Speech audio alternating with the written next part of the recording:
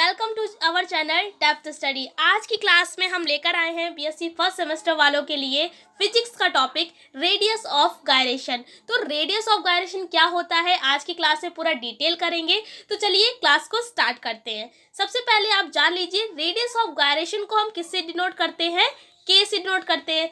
ये क्या होती है, ये डिस्टेंस होती है। किन्हीं दो चीज़ों के बीच की क्या है, डिस्टेंस। डिस्टेंस का भी मतलब होता है दूरी। अब वो दो चीज़ें क्या होंगी वो हम आपको बताते हैं।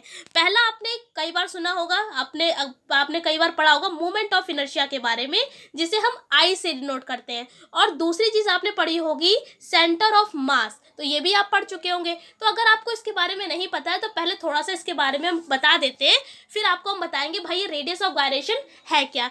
सिंपली तो ये हमारी क्या होती है, डिस्टेंस होती है मोमेंट ऑफ इनर्शिया और सेंटर ऑफ मास के बीच की।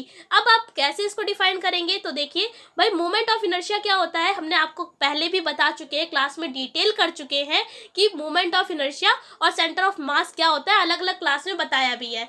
तो अगर आपको डिटेल में जानना है तो प्लेलिस्ट हम डिस्क्रिप्शन में दे देंगे, पूरा आपको डिटेल में समझ में आ जाएगा। यहाँ पर थोड़ा सा बता देते हैं भाई। देखिए मोमेंट ऑफ इनर्शिया क्या होता है, फॉर्मूला होता है आई बराबर एम आर स्क्वायर। कोई भी जब बॉडी होती है, मान लेते हैं यहाँ से कोई बॉडी है, इसका मास हम अगर हम m मान ले, और अगर वो किसी एक्सिस के थ्रू मतलब एक्सिस के अराउंड क्या कर रही है, रोटेट कर रही है। ये हमारी एक्सिस है, ये बॉडी है जिसका मास हमने m माना है, और इस एक्सिस के अलाउंड क्या कर रही है, ये रोटेट कर रही है, मतलब चारों ओर इसके घूम रही है। तब क्या होता है, ये जो बीच की डिस्टेंस है, ये वाली डिस्टेंस, इस डिस्टेंस को हम r मान लेते हैं।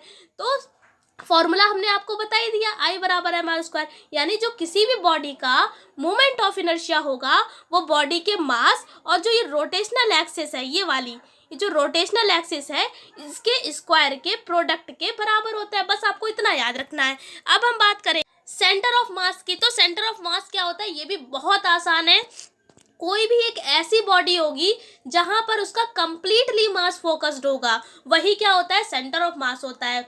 आप क्या करिए, अपने हाथ आपका हाथ होगा, उस पे हाथ पे आप क्या करें, एक उंगली पर क्या करना है आपको, जो आपकी एक फिंगर है उस पर आप किसी भी स्टिक को या किसी भी पेन को आप रोक कर देखिए। ठीक है, आपका कोई ऐसा एक पॉइंट होगा, मतलब अगर मान ले एक पेन आपके पास है या पेंसिल है आपके पास या कोई भी स्टिक है, तो इसका जो बिल्कुल मिडिल वाला पार्ट होगा, बिल्कुल सेंटर वाला, जब आप उसको अपनी उस पर रखेंगे उंगली पर, तो हो सकता है एक उसका मिडिल का एक ऐसा पॉइंट होगा जहां पर वो पेन रुक जाए। तो कहने का वही मतलब है, सेंटर ऑफ मास वही होता है कि एक ऐसा पॉइंट होगा जिस पर पूरी बॉडी का, पूरे ऑब्जेक्ट का पूरा जो मास होता है वो एक ही पॉइंट पर फोकस्ड होता है, जो उसे बैलेंस बनाए रखता है जिससे। ठीक है, तो समझ में आपको आई होप आ गया होगा कि सेंटर ऑफ मास क्या है और मोमेंट ऑफ इनर्शिया क्या है। तो हमने आपको बता दिया। अब मोमेंट ऑफ इनर्शिया और हमारा जो ये है हमारा सेंटर ऑफ मास, इन दोनों के बीच की डिस्टेंस को ही हम क्या कहते हैं, रेडियस ऑफ गायरेशन कहते हैं।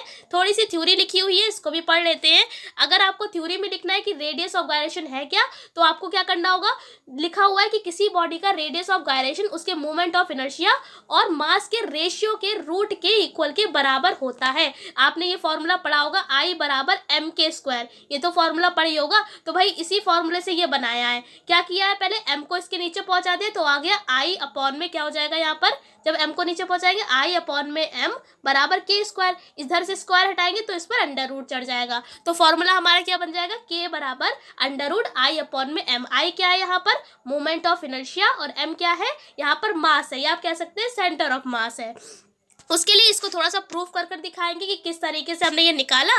तो यहाँ पर क्या किया, एक फिगर बना रखा है हमने ये, और लिखा है इस फिगर में दो एक्सिस है। ये देखिए एक पी क्यू है और एक ए बी है। इनके बीच की डिस्टेंस को हमने क्या मान लिया है, के मान लिया है। और एक्सिस जो ए बी है इस पर कई सारे मास दिखा दिए हैं, m1 m2 m3 m4, इस तरीके से डैश डैश से एंड सो ऑन अरेंज किए गए हैं। तब PQ जो हमारा ये वाली एक्सिस है, इसका मोमेंट ऑफ इनर्शिया क्या होगा, फॉर्मूला अभी हमने आपको बताया, आई बराबर एम के स्क्वायर होता है। क्या होता है, आई बराबर एम के स्क्वायर। कौन सी एक्सिस की बात कर रहे हैं हम, PQ एक्सिस की बात कर रहे हैं। तो अब आई नहीं लिखेंगे, आई की जगह पे क्या लिखेंगे, आई PQ। ठीक है, मास क्या है यहाँ पर, m1 है, m2 है, m3 है, कई सारे मासेस है। तो हमने क्या किया, यहाँ पर m1 के स्क्वायर प्लस m2 के स्क्वायर, इस तरीके से डैश डैश करके ये कहाँ तक जाएगा, mn तक जाएगा। तो इतना समझ में आ गया। सबसे पहले क्या किया हमने, फिगर में दो एक्सिस बनाई, इन दोनों एक्सिस के बीच की डिस्टेंस को हमने k माना। जो एक्सिस हमारी AB है इस पर कई सारे मासेस को हमने अरेंज किया, फिर हमने मोमेंट ऑफ इनर्शिया निकाला एक्सिस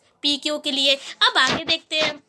यहाँ पर अगर आप आगे देखेंगे तो सभी में k स्क्वायर जो है वो कॉमन है, इस वाले में भी k, इसमें भी k, मतलब जो k है पूरे टर्म में कॉमन आ रहा है हर जगह। तो हमने क्या करना है, इसको कॉमन ले लेना है। कॉमन ले लेंगे तो ये हमारा अंदर केवल m1 m2 m3 इस तरीके से एंड सो ऑन बचेगा।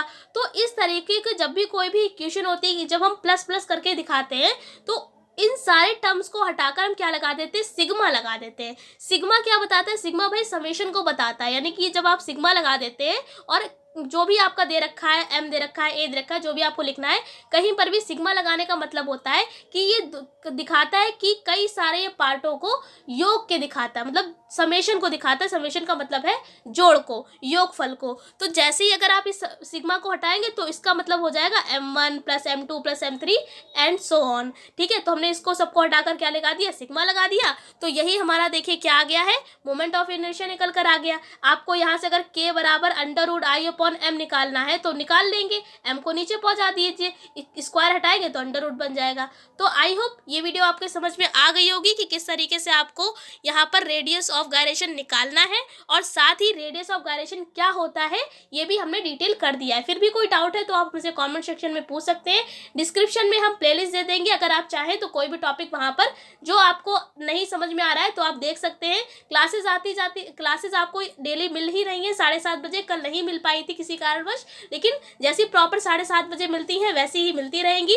इसकी PDF आपको टेलीग्राम पर मिल जाएगी, तो टेलीग्राम पर अगर तक आपने नहीं ज्वाइन किया है तो ज्वाइन कर लीजिएगा जाकर। इस क्लास में इतनी, अगले क्लास में मिलेंगे तो एक अगले टॉपिक के संग। तब तक के लिए जय हिंद, जय भारत।